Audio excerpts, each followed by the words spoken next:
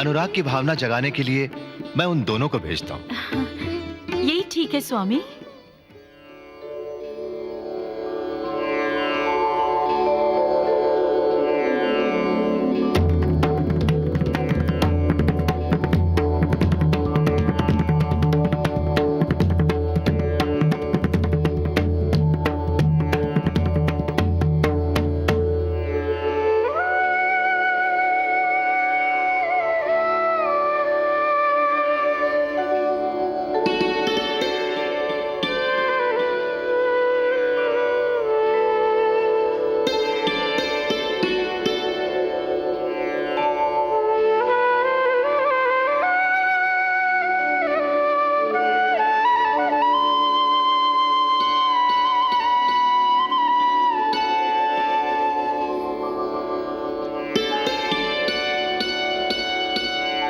स्वामी, आपके सखा कामदेव बड़े भाग्यशाली हैं। कितनी सुंदर जोड़ी है रति कामदेव की। देवी शची, विधाता ने जिस उद्देश्य के लिए कामदेव की उत्पत्ति की है, उसकी पूर्ति के लिए कामदेव की जीवन संगिनी का सुंदर होना अत्यंत आवश्यक था।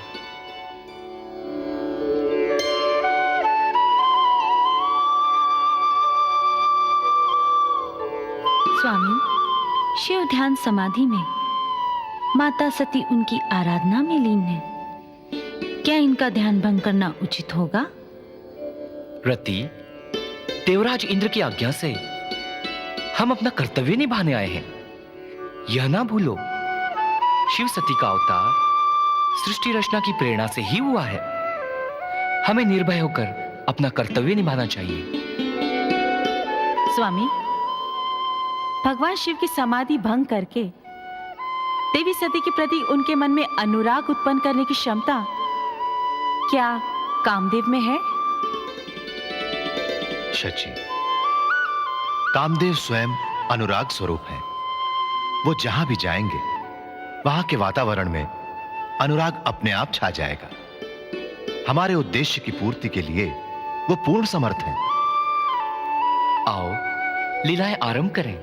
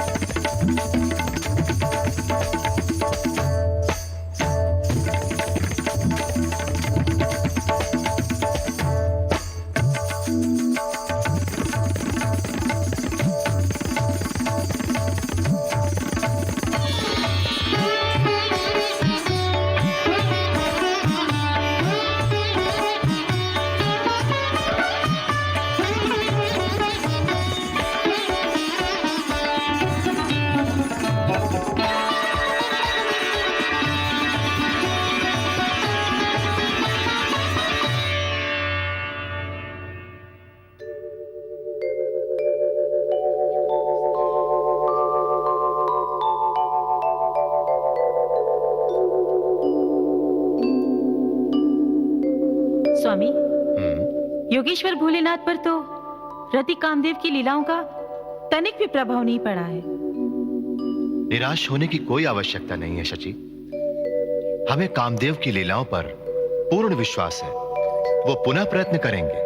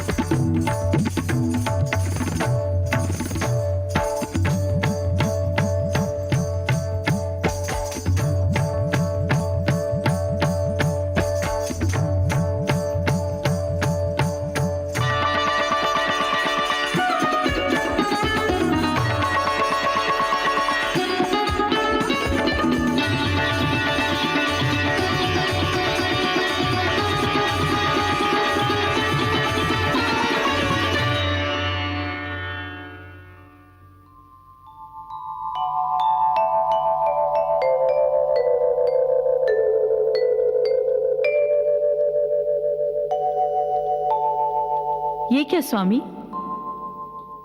कामदेव के नृत्य लीला समाप्त होने पर भी भोलेनाथ की समाधि भंग नहीं हुई।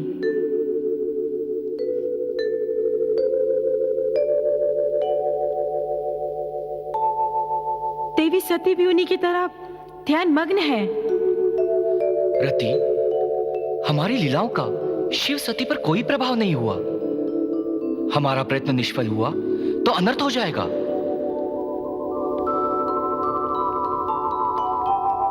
अंतिम प्रयत्न कीजिए स्वामी। कामबाण चलाकर इनका ध्यान भंग कीजिए।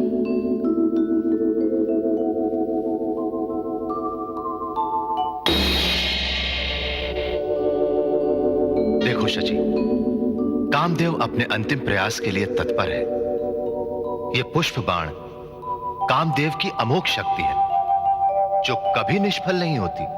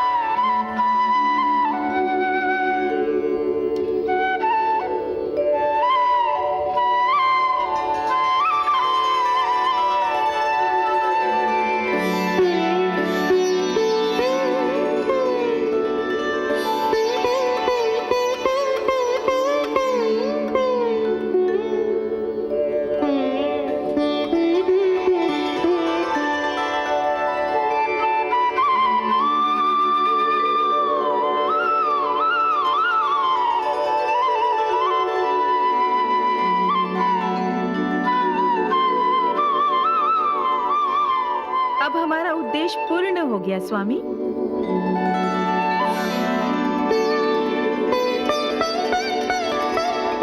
हमारा प्रयास सफल हुआ स्वामी। हाँ रति, अब शिव सती की यह आनंदमय लीला सारा संसार देखेगा।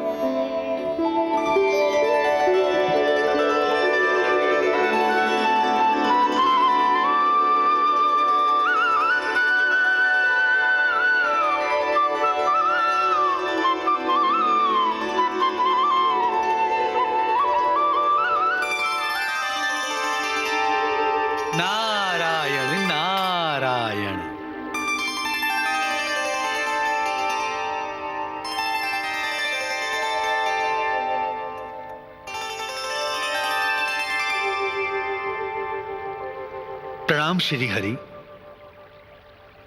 सृष्टि के पालनहार भगवान विष्णु के चरणों में भक्त नारद बारंबार प्रणाम करता है। स्वागत है मुनिवर। आप किस ध्यान में थे प्रभु? कहीं वही विचार प्रश्न बनकर आपके मन में तो नहीं उठ रहा है जो मेरे मन को विचलित कर रहा है? मैं तो भगवान शिव शंकर की लीलाओं का स्मरण करके मन ही मन मुस्कुरा रहा था। नारायण नारायण, धन्य हो प्रभु। ध्यान में तो आपने प्रत्यक्ष देखा होगा कि मेरे भ्राता कामदेव ने रति के सहयोग से महायोगी भगवान शिव शंकर के मन को चंचल कर दिया। माता सती के प्रति उनकी चेष्टाएं, ये सब तो हम प्रत्यक्ष देख रहे हैं नारद, परंतु इसमें आश्चर्य की कौन सी बात है? प्रभु, एक महान योगी का इस प्रकार आकर्षित हो जाना ये आश्चर्यजनक नहीं है? कदापि नहीं। भगवान शिव शंकर उसी विधान का पालन कर रहे हैं जो उन्होंने स्वयं रचा है। प्रभु, योगियों की योगेश्वर महायोगी भगवान रुद्र रूप लेकर इसलिए प्रकट हुए हैं कि संसारवासी उनसे प्रेरणा पाकर धर्म ध्यान में लगे रहें, आदर्श नीति नियमों का पालन करें। नारद, ये कहकर तुम उन सब घटनाओं की उपेक्षा कर रहे हो जो इस मनवंतर के प्रारंभ में हो चुकी हैं। तुम भी उन सब के प्रत्यक्ष साक्षी हो। ब्रह्मदेव ने सृष्टि रचना हेतु मनु शत्रुपा, दक्ष प्रजापति तथा मनमथ कामदेव की उत्पत्ति क्यों की? क्या तुम इस प्रश्न से अनभिज्ञ हो? कदापि नहीं प्रभु। मानवीय सृष्टि के पश्चात ब्रह्मदेव ने शक्ति को नारी रूप में अवतरित होने हेतु दक्ष प्रजापति को तपस्या करने के लिए प्रेरित किया। यह भी तुम जानते हो। इस सत्य को मैं भी जानता हूं प्रभु, परंतु ये सब मुझे स्मरण कराने का तात्पर्य क्या है भगवान? नारद, तुम्हारे मन में उठे प्रश्नों का समाधान करने के लिए इन बातों का स्मरण कराना अति आवश्यक है। अर्थात आप ये कहना चाहते हैं प्रभु कि शक्ति के नारी रूप में अवतरित होने का उद्देश्य भगवान शिव शंकर की सहचरी बनना था? नहीं नारद, शक्ति तो सदा शिव की सहचरी है। शिव शंकर की समस्त लीलाओं में समान रूप से सहभागी है, किंतु नर नारी के बीच एक दूसरे के प्रति आकर्षण जगाए बिना प्रजोत्पत्ति का उद्देश्य पूर्ण नहीं हो सकता। इसलिए शिव शंकर ने विवाह करके गृहस्थ धर्म अंगीकार किया। नारायण नारायण, अब समझ में आया भगवान शिव शंकर की इस लीला का प्रयोजन। भगवान शिव की प्रत्येक लीला का कोई ना कोई प्रयोजन अवश्य होता है नारद। उनके निर्माण में संहार तथा संहार में निर्माण अंतर्निहित है। भगवान शिव की लीलाओं को समझना मुझ जैसे प्राणी की समझ से परे है प्रभु। भगवान शिव की महानता के प्रति मैं सदा ही नतमस्तक हूं। नारद, आज मैं शिवलीला का वो रहस्य तुम्हें बताने जा रहा हूं जिससे मैं स्वयं चकित हो गया था। नारायण नारायण, आप चकित हो गए थे प्रभु? हाँ नारद, पिछले मनवंतर में एक समय मेरा हृदय शिव की आराधना के लिए इतना प्रेरित हुआ कि मैंने उनके सहस्त्र नामों की महिमा प्रकट करने के लिए शिव सहस्त्र नाम रचने का पावन संकल्प किया तथा यह भी निश्चय किया कि प्रत्येक शिव नाम उच्चारण के साथ साथ सहस्त्र कमल पुष्प से शिव की आराधना करूंगा। ओम गुरुबुद्धये नमः।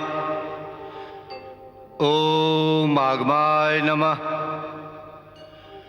ओम प्रजापतये नमः। ओम विश्वबाहवे नमः। ओम विभागाय नमः। ओम सर्वगाय नमः। ओम स्नेहनाय नमः। ओम अजिताय नमः। ओम महामुनये नमः। ओम अधनाय नमः। ओम अमरेशाय नमः। ओम महादेवाय नमः। ओम विश्वदेवाय नमः।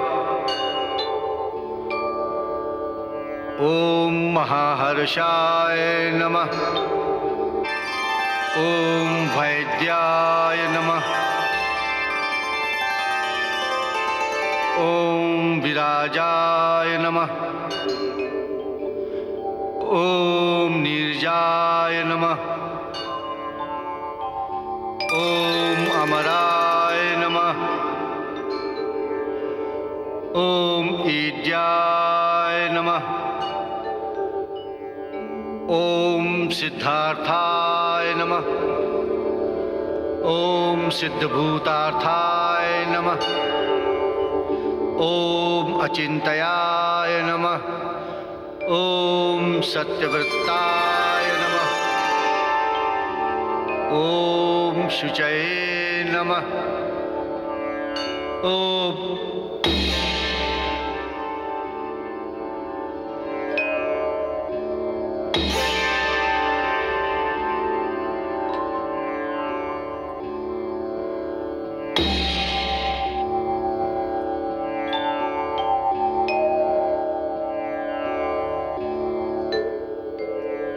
शिव शंकर, मैंने आपके सहस्त्र नामों की रचना करते हुए 999 कमल पुष्प आपको समर्पित किए, परंतु एक कमल पुष्प कम रह गया। मैं तो आपके लिए 1 सहस्त्र कमल पुष्प चुनकर लाया था। यह सब कैसे हुआ? क्यों हुआ? अब मैं क्या करूं महेश्वर? आप तो जानते हैं महादेव, मैंने अखंड शिव आराधना का संकल्प किया है। शिव सहस्त्र नाम सहित 1 सहस्त्र कमल पुष्प समर्पित किए बिना मैं यहां से उठ नहीं सकता। अब मेरा संकल्प पूर्ण नहीं होगा।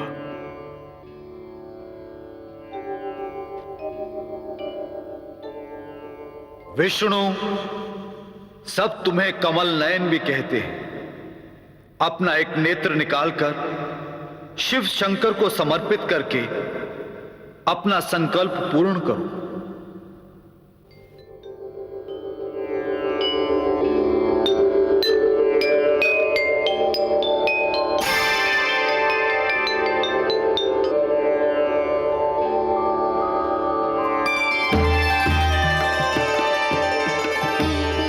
परम शिव भक्त श्रीहरि कमल के स्थान पर अपना कमल नयन समर्पित करने का निश्चय करके आपने हमारी भक्ति तथा अपना संकल्प पूर्ण करना चाहा। आपकी इस अलौकिक भक्ति को देखकर मैं अति प्रसन्न हूं। मैं आपके दर्शन पाकर धन्य हुआ महादेव। विष्णुदेव, इस तथ्य से तो आप भली भांति परिचित हैं कि ब्रह्मा, विष्णु तथा महेश सृष्टि रचना, पालन एवं संहार का दायित्व निभाते हैं। ये परस्पर एक दूसरे के पूरक हैं विष्णुदेव। रचना में पालन तथा पालन में संहार निहित है। सृष्टि पालन का दायित्व आप पर है विष्णुदेव। ये आप की कृपा से संभव होता है महेश्वर। विष्णुदेव, जो पालक होता है उसी पर रक्षा का भार भी होता है। उसके पास संहारक शक्ति भी होनी चाहिए ताकि वह दुष्ट तत्वों को दंड दे सके। अवश्य महादेव, परंतु मैं इसका तात्पर्य नहीं समझा। विष्णुदेव, आपके पास धर्मनाद के लिए शंख, भक्ति भावना जगाने के लिए कमल तथा दंड देने के लिए गदा भी है, परंतु दुष्ट तत्वों का संहार करने के लिए केवल गदा ही पर्याप्त नहीं है। अतः मैं आपको संहारक शस्त्र के रूप में सुदर्शन चक्र प्रदान करता हूं। विष्णुदेव, आज से यह सुदर्शन चक्र आपके स्वरूप का एक अभिन्न अंग होगा। मैं कृतार्थ हुआ महादेव।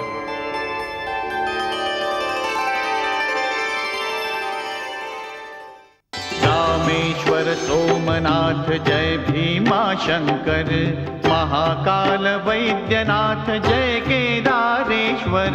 रामेश्वर सोमनाथ जय भीमा शंकर,